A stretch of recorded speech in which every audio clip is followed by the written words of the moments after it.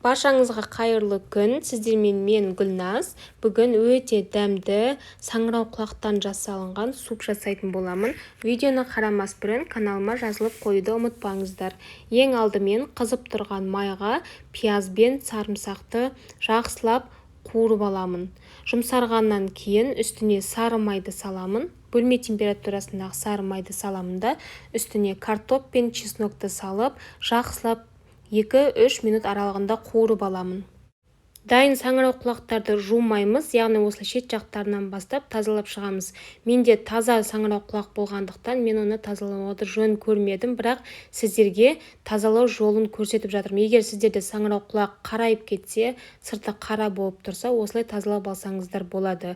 Бірақ оны жууға кеңес бермеймін. Осылайша барлығын шет жақтарынан жартылай сақина етіп кесіп шығамын.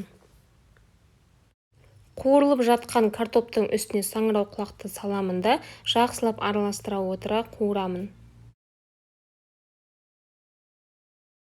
Дәміне қарай қара бұрыш сеуіп, тұз себемін де үстіне еттің қайнаған сорпасын құямын. Егер сіздерде сорпа болмаса, жай ғана су құйсаңыздар болады. Ингредиенттердің грамм мөлшерін әдеттегідей осы видеоның астындағы описание бөліміне жазып қоятын боламын. Жақсылап қайнатылып картоп піскеннен кейін 20% сливкиді құямын да тағы да бетін жауып 2 минуттай бұқтырамын. Содан кейін оттан аламын да осылайша блендермен жақсылап езіп шығамын. Егер де сливки суға қарағанда көп болып құйылып кетсе, онда пюреміз біздің қатты тәтті болып кетеді. Сондықтан бізде балансты ұстап тұру үшін описание бөлімінде грамм мөлшерін жазған бойынша ғана қолданыңыздар, немесе 60-40 етіп қолданыңыздар. Яғни 60% су болу керек, ал 40% сливки болу керек. Осымен біздің саңырауқұлақтан жасалынған суп пюреміз дайын болды. Өте дәмді болып шығады. Міндетті түрде дайындап өз отбасыларыңызды таңғалдырыңыздаршы.